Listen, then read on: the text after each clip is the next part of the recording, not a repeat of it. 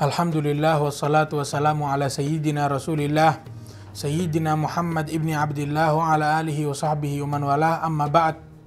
Allah subhanahu wa ta'ala memberikan untuk seorang muslim, untuk seorang mukmin kesempatan daripada dunia. Tapi kesempatan yang dimaksud, yang diberikan oleh Allah subhanahu wa ta'ala dari dunia sebenarnya secukupnya. Artinya Allah bagikan bagian. Allah berikan kepada setiap orang bagian. Dan Allah memberikan ini secara umum, bukan khusus untuk muslim, tapi umum, muslim, kafir, non-muslim. Itu Allah berikan kepada mereka semua rezeki yang Allah tentukan, rezeki yang Allah berikan batasannya. Nahnu qasamna bainahum ma'isyatahum fil hayatid dunya. Kami yang membagi pemberian mereka di atas muka bumi. Nah, ini pemberian tergantung dengan hajat seseorang. Ada orang yang hajatnya, kebutuhannya sekian, Allah berikan sesuai dengan kadar hajatnya. Ada lagi orang yang mungkin punya dunianya berlebihan, dunianya lebih. Nah, ini dunia yang lebih terkadang Allah jadikan itu untuk dia beramal. Allah berikan harta lebih agar dia beramal lebih. Itu dahulu para sahabat, orang-orang yang kaya dari mereka suka sedekah, berinfak, dan berinfak sedekah ini pahalanya sangat agung di sisi Allah. Maka sahabat yang gak punya harta yang banyak, yang harta mereka hanya harta kecukupan, makanan yang cukup, mereka bilang ke Rasulullah, ya Rasulullah, wahai Rasulullah, ini sekarang kita orang-orang kaya, mereka dapat pahala yang banyak. Lihat yang mereka inginkan bukan kekayaannya, tapi yang mereka bilang, yang mereka inginkan apa? Infaknya. Mereka punya harta banyak digunakan untuk infak. Itu yang mereka ingin. Mereka juga pengen punya. Mereka juga pengen punya harta agar bisa berinfak. Tapi keinginan ini nggak dinamakan hasud. Hasud itu kalau orang dia nggak suka, dengki terhadap nikmat orang lain. Dia berharap semoga nikmatnya orang ini dihilangkan. Tapi kalau di dalam kebaikan namanya bukan hasud, namanya ghibthah, yaitu sama. Dia suka kepada sifat orang, amalan orang yang baik, itu dia sukain. Bukan dia hasud, dia berharap ini dia tetap ada.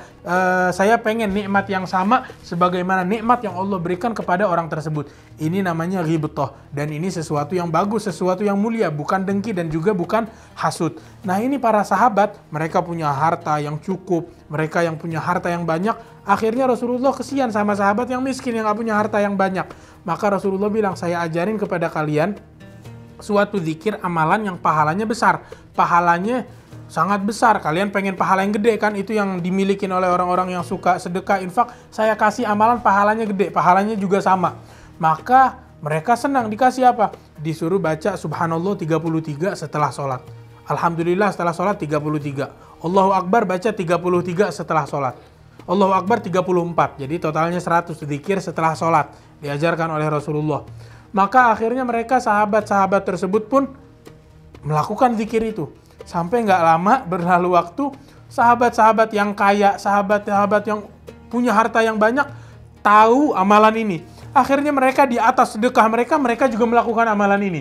Akhirnya sahabat-sahabat yang miskin bilang, ya Rasulullah, dahulu kamu ajarkan kita agar apa? Agar kita bisa melampaui mereka. Agar kita artinya nggak mau ketinggalan kedudukan yang dicapai oleh mereka dengan mereka bersedekah. Tapi sekarang mereka juga melakukan amalan ini yang kamu ajarkan. Subhanallah 33, Alhamdulillah 33, Allahu Akbar 34. Mereka sekarang juga baca zikir ini, mereka juga membaca amalan ini. Maka kata Rasulullah, dzalika fadlullah yu'tihi may yasha wallahu dzul fadlil azim.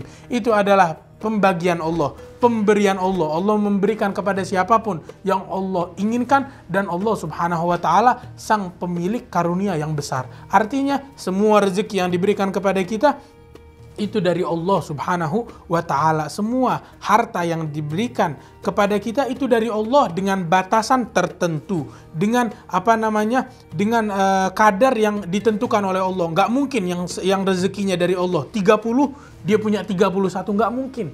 Orang nggak bakal dia meninggal kecuali melainkan segelas air yang Allah catat ini harus diminum olehnya, itu diminum dulu. Atau makanan yang harus sampai, itu sampai dulu.